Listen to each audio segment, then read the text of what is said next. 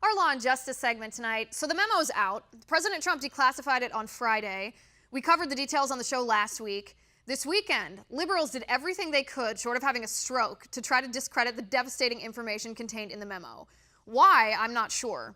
You'd think when a government spies on private citizens for political reasons, when government bureaucrats use the power of surveillance to try to destroy a presidential candidate that they simply don't like, you would think that would be equally condemned from people on both sides of the aisle. Sadly, that was not the case this weekend. You heard similar excuses for the misbehavior of the FBI from former Hillary staffer Kevin Walling in the previous segment. But make no mistake, the allegations in this memo are a violation of our rights as American citizens, and the perpetrators need to be held accountable. With me now, Republican Congressman from Oklahoma's 5th District, Representative Steve Russell. Congressman, thanks for coming on the show, sir. You bet.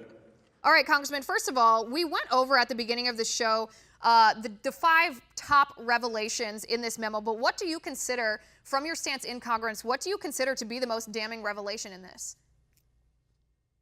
Well, I think it's very clear when you look at what Andrew McCabe said, that without this dossier, they would never have issued the authorization for FISA and extension of FISA warrants.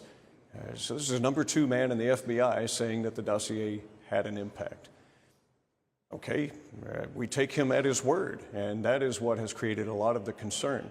Now you see those on the other side of the aisle saying, oh, well, we don't want you to release the memo because it might divulge sources and methods, which it did not. And then now it's released, they say, oh, well, there was nothing in it, and it really didn't matter. Well, did it or didn't it? According to the number 2 man in the FBI, he said that the warrants would have never been granted without the dossier as a part of that equation. Right, and James Comey, former FBI director, his reaction to the release of this memo was, that's it? That's all you've got? And that scares me a lot, Congressman. Let me ask you, do you believe that criminal charges should be filed against any of the individuals who abuse their positions of power in our government to, I guess, use this surveillance against private citizens? I'm very concerned when we see folks like Mr. Strzok and others. We see a pattern here, not just with him, but over a period of time. Americans are not stupid.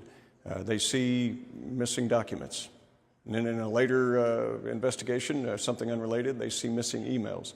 And then they see now missing texts. We're not stupid. The American people are not stupid. But the good antiseptic to all of this type of thing is a little bit of salt and a little bit of light. We've seen that now with the memo being released. I think it's important that we ask all of those types of questions. And I am encouraged somewhat that the other side of the aisle now seems to be interested in oversight and interested in not leaking information.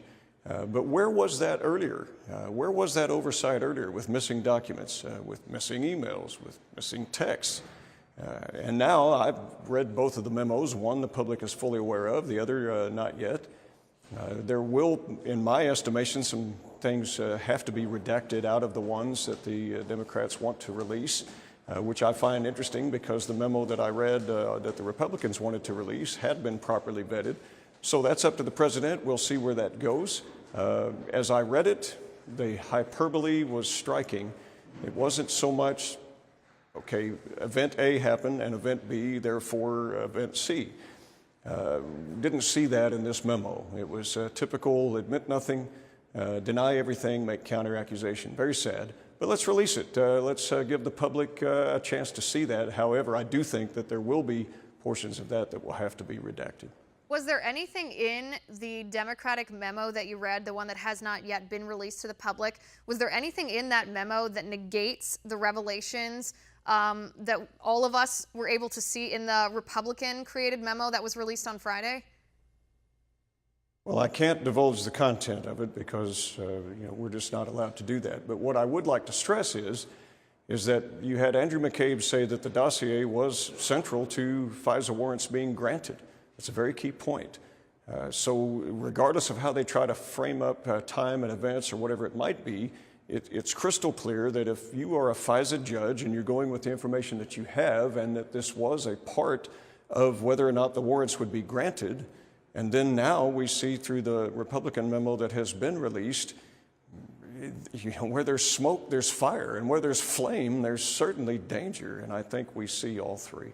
Right. Do you believe that the only way to truly clear up this sort of party back and forth, that the Republicans present something and the Democrats present something to counter it. Do you believe that the only way to clear that up would be to release the actual FISA applications to the public? Well, I think that there's a fine balance between needed oversight, which we have to do. It is our responsibility in government. But there's also a means to protect things that are unrelated. And so as we weave this careful line, we have to protect the things that are unrelated as they might spill into the areas that we're trying to get to the bottom of. But Mr. Strzok, as you pointed out earlier, just happens to be where there was, server problems, and happens to be where there was denial about, Mrs. Clinton never knew anything. It wasn't while she was Secretary of State, and Miss Abedin didn't know. Well, in my own line of questioning on the Oversight and Government Reform Committee, we proved that that was false, and that opened up all kinds of things about this additional laptop. So here we are once again. The Americans are like, gosh, you see, missing documents, missing emails, now missing text between Mr. Strzok and Ms. Page. At some point, the American public, they want to know, hey, is there anybody up there that is overseeing government? And the answer to that is yes. And people can frame it however they want in the media. They can make counter-accusations in true fashion, the old playbook, admit nothing, deny everything, make counter-accusation. It doesn't change what has been unearthed. And we do have a responsibility to support and defend the Constitution of the United States. We will continue to do that. And do you believe, one last question, sir, do you believe that it will lead to any criminal charges? Were their laws broken? Especially, I guess, in the situation where the FISA court judge was not told the truth about the dossier, the fact that he wasn't told it was paid for by Hillary Clinton, the DNC. He wasn't told about Christopher Steele's political biases. Do you believe that criminal charges will be filed against anyone? Well, I don't know about that. I think as people would investigate and look, they would have to have a basis and evidence towards that. But it does bring up the question, those that were pushing for criminal charges on people that now maybe might not be warranted. I mean, if I were the attorney teams of Mr. Manafort or Mr. Page or others, I would have an awful lot to work with right now. Right, and it'll certainly be interesting to see how this unfolds as the investigation continues. Congressman Russell, thank you for coming on the show, sir. I appreciate it.